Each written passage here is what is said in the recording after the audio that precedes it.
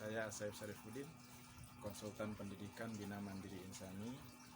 Kali ini kita akan membahas tentang tema bagaimana memaksimalkan daya ingat putra-putri kita. Bapak Ibu sekalian saya hormati, seperti kita ketahui bahwa kemampuan daya ingat anak itu sangat berperan untuk mendukung kemampuan dia, kelancaran dia, proses dia dalam mengikuti KBM di sekolah. Oleh karena itu, kita harus tahu tips dan trik bagaimana memaksimalkan daya ingat putra-putri kita. Bapak Ibu sekalian, daya ingat sangat dipengaruhi oleh beberapa faktor. Yang pertama, daya ingat dipengaruhi oleh fasilitas yang sesuai dengan pola atau gaya belajar putra-putri kita ketika dia menerima pelajaran, ketika dia menerima informasi. Gaya belajar manusia itu unik sekali, namun kita bisa menggolongkan, kita bisa mengidentifikasi menjadi beberapa kategori. Yang pertama, gaya belajar auditori. Anak-anak yang memiliki gaya belajar auditori biasanya mereka sangat suka sekali dengan suara. Jadi mereka sangat kuat, sangat peka dengan suara yang dia terima. Oleh karena itu, metode pembelajaran untuk anak auditori, mereka lebih suka belajar dengan diskusi. Metode yang pertama diskusi, metode yang kedua tanya jawab, metode yang ketiga dia lebih suka dibacakan daripada disuruh membaca sendiri. Kalaupun dia dipaksa untuk membaca sendiri, yang keempat, mereka akan membaca dengan suara keras. Karena apa? Karena mereka membutuhkan suara untuk mereka rekam di otak mereka. Nah, 4 metode belajar auditori ini ketika difasilitasi, maka proses belajar mengajar pada anak kita akan sangat menyenangkan. Sehingga tanpa sadar mereka melalui proses belajar itu dengan baik, hasilnya pun maksimal, dan kita sebagai pengajar ataupun kita sebagai fasilitator akan mudah dalam mengarahkan mereka, dalam mengarahkan fokus mereka, dalam mengarahkan daya tangkap mereka selama proses belajar mengajar tadi. Tidak akan ada lagi marah-marah, tidak akan ada lagi pemaksaan. Nah, itu anak auditori, metode belajarnya. Lalu apa yang mereka sukai? Anak auditori itu sangat suka sekali dengan suara-suara yang ada di sekitar dia. Contohnya, anak auditori itu lebih suka belajar sambil mendengarkan musik mungkin, mendengarkan murojaah mungkin, mendengarkan saudaranya berdiskusi mungkin, dan lain sebagainya. Kita ingat waktu kita kecil dulu, mungkin kita juga termasuk salah satu anak yang auditori, sehingga ketika kita belajar, kita lebih suka sambil mendengarkan radio, sambil mendengarkan TV. Saat itu, pada saat kita belajar seperti itu, kita dilarang oleh orang tua kita, misalkan karena alasan mereka adalah, mana mungkin kamu bisa fokus belajar kalau sambil dengar radio atau TV. Ternyata yang kita rasakan berbeda. Justru ketika kita mematikan TV tadi, mematikan radio tadi, daya tangkap kita, daya paham kita terhadap materi yang kita sedang pelajari menurun. Padahal pada saat kita belajar sambil mendengarkan radio, sambil mendengarkan musik, sambil mendengarkan murojaah, sambil mendengarkan TV, ternyata daya tangkap kita luar biasa maksimal. Itu salah satu contoh kecil. Sehingga ketika kita mengingat masa lalu kita, coba kita posisikan diri kita sebagai anak kita tadi. Mungkin saja anak kita adalah anak auditori, sehingga mereka memang membutuhkan suara. Jadi kita harus tahu kalau memang dia anak auditori, jangan larang dia belajar sambil mendengarkan sesuatu. Yang terpenting apa? Yang terpenting adalah ketika selesai belajar, coba kita tes dengan tanya jawab.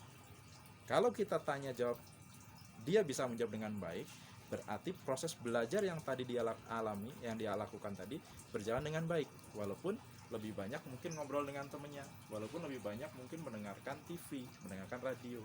Tapi faktanya, setelah selesai kita tanya jawab, dia bisa jawab. Namun, ketika setelah selesai kita tanya jawab, dia tidak bisa menjawab pertanyaan-pertanyaan kita tadi, berarti kita harus menganalisa lagi.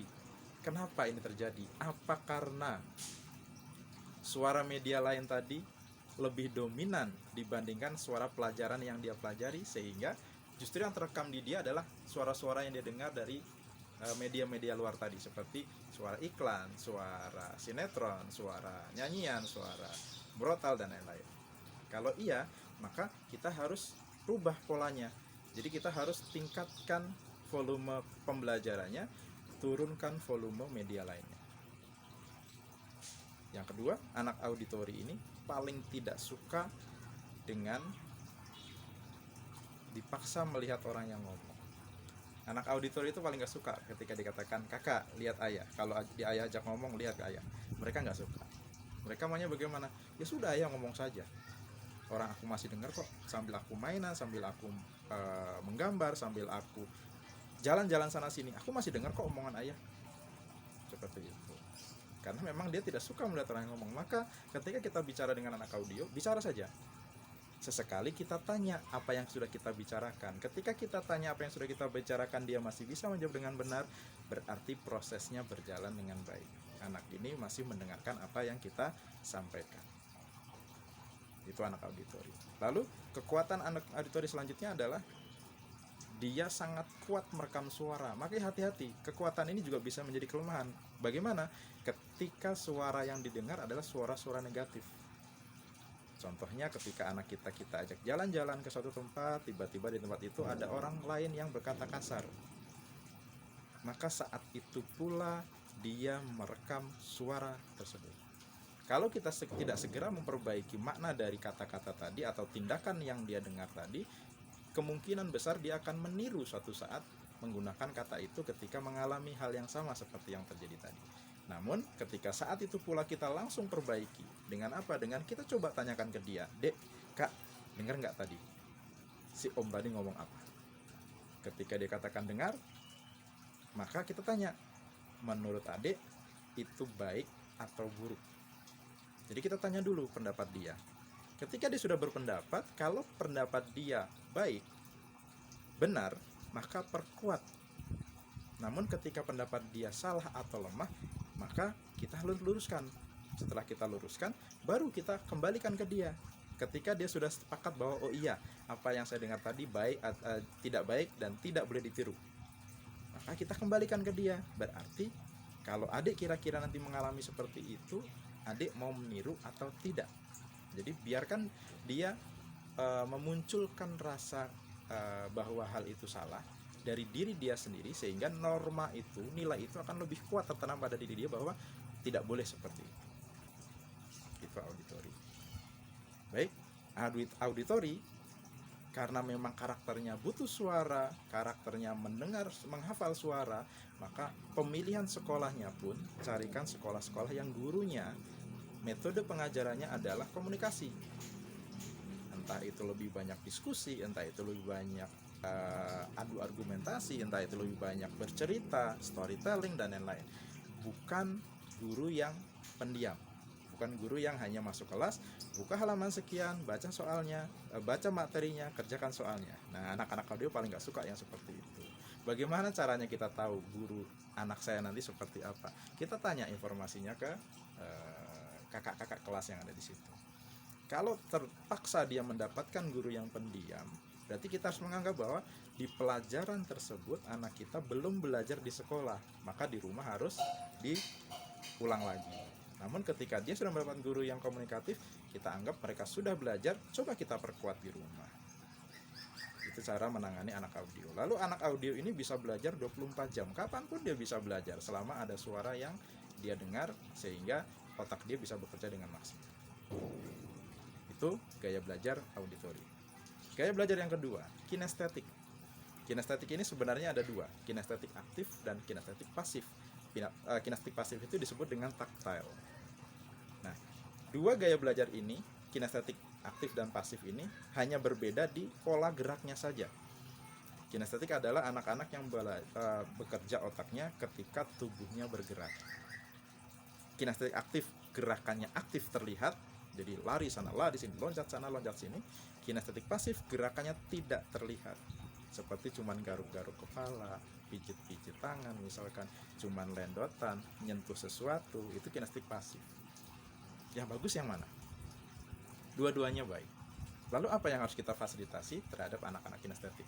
Anak kinestetik itu tadi kita katakan syarat otaknya bekerja adalah tubuhnya bergerak. Maka jangan paksa dia diam dalam proses belajar. Karena ketika badan dia diam, otak dia juga diam. Lalu agar tidak mengganggu bagaimana? Maka kita sebagai orang tua bertugas untuk mengarahkan agar gerakan yang dia lakukan adalah gerakan yang tidak mengganggu orang lain. Contohnya begini.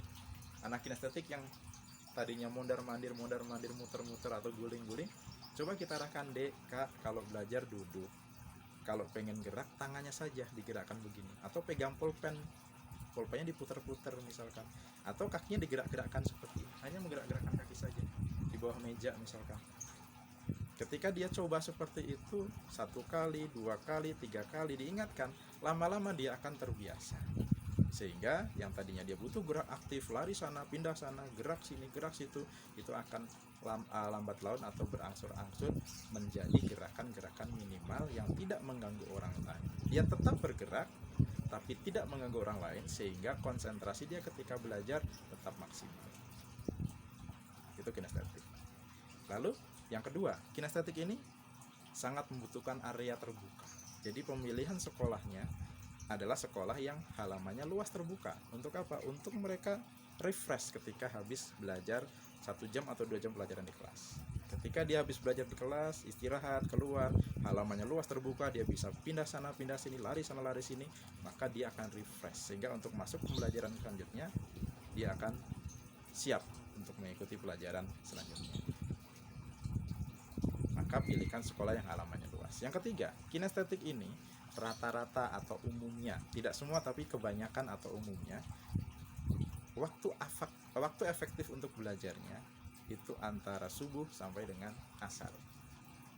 Mereka sudah tidak bagus atau tidak baik belajar setelah asar atau maghrib atau isya. Malam hari mereka tidak maksimal. Tapi ketika subuh sampai asar, biasanya daya tangkap mereka, konsentrasi mereka, fokus mereka masih dalam kondisi baik, masih dalam kondisi prima. Oleh karena itu, settinglah jam belajarnya antara subuh sampai asar. Bagaimana caranya?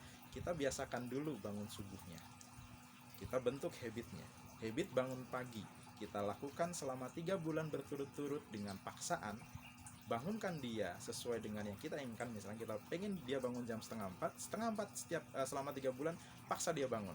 Mau sekolah, mau libur, tetap kondisinya bangun.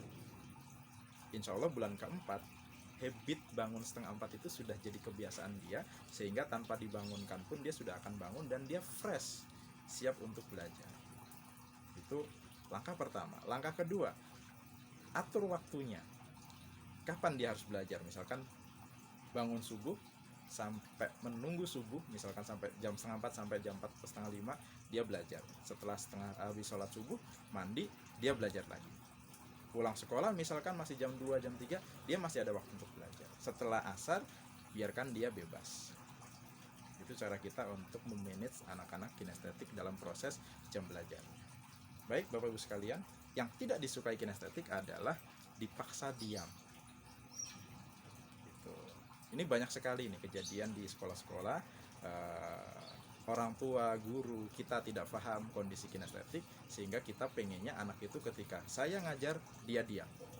Ada si A yang bergerak terus sama belajar, tapi hasilnya bagus, nilainya bagus, lalu kita pengen dia itu fokus. Kita katakan, nggak fokus saja nilainya bagus, apalagi fokus. Ini permasalahan di pemahaman kita. Nggak fokus saja bagus nilainya, apalagi bagus. Akhirnya kita coba tempatkan dia duduk di depan persis gurunya. Apa yang terjadi? Saat itu memang dia akan diam. Kenapa diam? Karena dia tidak nyaman bergerak, karena dia merasa diawasi oleh gurunya. Lihat hasilnya, daya tangkap dia paham dia akan turun. Tidak seperti ketika dia duduk di belakang banyak bergerak. Itu yang paling tidak disukai anak-anak kinestetik. Baik Bapak Ibu sekalian saya hormati, itulah anak-anak kinestetik. Pola belajarnya, waktu belajarnya, yang disukai dan yang tidak disukai. Selanjutnya visual. Visual adalah anak yang belajar dengan menggunakan indera penglihatan. Syarat visual belajar yang pertama adalah tempatnya privasi. Mereka nggak suka di tempat keramaian, mereka nggak suka di tempat umum, mereka maunya tempat privasi. Kalau dia harus punya meja belajar sendiri, harus punya ruang khusus sendiri untuk belajar. Kalau itu terpenuhi, maka anak visual bisa belajar maksimal. Di kelas bagaimana? Dia harus paling depan. Karena apa? Kalau di tengah atau di belakang dia terganggu oleh teman-temannya di depan. Yang kedua, anak visual itu selain butuh tempat privasi, dia butuh tempat yang rapi sesuai dengan keinginan dia. Ketika dia lebih suka dengan background atau kamar yang warna hijau, maka kalau tempat belajar dia berwarna hijau sesuai dengan keinginan dia, maka dia bisa berlama-lama bertahan belajar di situ. Karena dia menggunakan mata, menggunakan visual dia untuk belajar, maka media yang paling tepat untuk dia adalah tulisan, bukan suara. Kalau kinestetik tadi audio tadi suara, kinestetik itu gerakan, lalu visual itu tulisan. Biasakan dia untuk membuat catatan-catatan penting. Biasakan dia setiap pulang sekolah menyalin tulisan-tulisan dia di sekolah tadi ke buku khusus yang nanti ketika mau ujian dia belajar dari buku itu tadi. Maka anak-anak visual akan lebih maksimal perkembangannya. Yang paling tidak disukai anak visual adalah tempat yang terlalu ramai. Baik itu lingkungannya, orang-orangnya, ataupun ornamennya. Mereka paling nggak suka dengan warna-warni yang terlalu ramai. Mereka biasanya cuma 1, 2, 3 warna saja yang disukai. Lalu yang kedua, paling tidak suka dengan gangguan gerakan. Makanya kenapa tadi visual itu harus di depan, karena ketika ditaruh di tengah, depan dia bergerak, konsentrasi dia terganggu. Baik Bapak Ibu sekalian, itu poin pertama untuk yang berhubungan dengan daya ingat.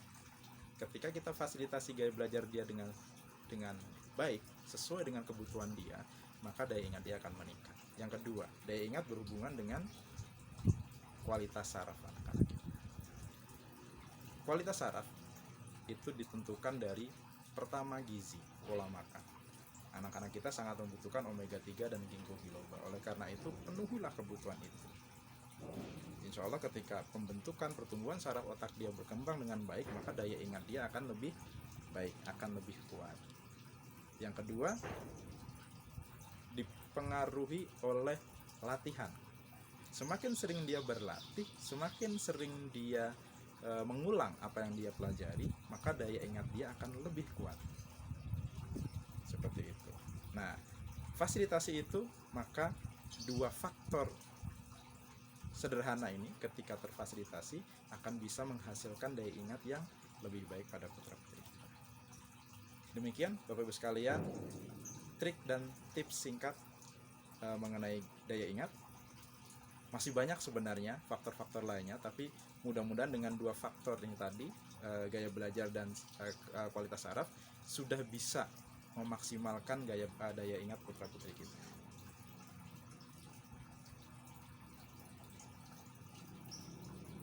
Mudah-mudahan apa yang kita sampaikan hari ini bisa bermanfaat bagi Bapak Ibu sekalian dalam pemaksimalan pola asuh yang tepat bagi putra-putri kita.